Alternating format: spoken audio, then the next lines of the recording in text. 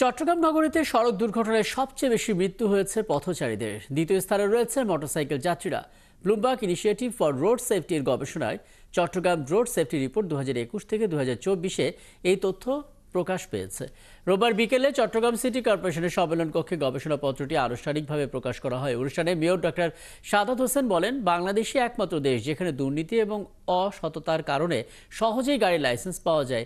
সড়ক দুর্ঘটনা রোধে দুর্নীতি বন্ধের পাশাপাশি পর্যাপ্ত সংখ্যক গাড়ির টার্মিনাল তৈরির উপরও গুরুত্ব দেন মেয়র।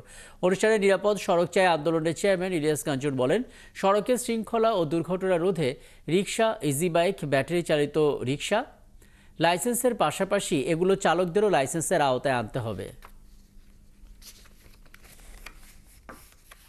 সুনির্দিষ্ট ওই বাস স্টপেজে যদি বাসগুলো দাঁড়াতে পারে তাহলে পরে অনেক অ্যাক্সিডেন্টও হাত থেকে আমরা রক্ষা পাই, এবং আরেকটা জিনিস হচ্ছে আমরা ট্রাফিক জ্যাম থেকে রক্ষা পাচ্ছি। পরিবর্তনের জন্য যে এখন রাষ্ট্রটি এগিয়ে যাচ্ছে, সেই জায়গায় আমি প্রথমেই বলবো সিটি কর্পোরেশনকে, আপনারা অবশ্যই যিনি গাড়ি চালাবেন, রিক্সা চালাবেন, তার লাইসেন্সের ব্যবস্থা আপনাদের অবশ্যই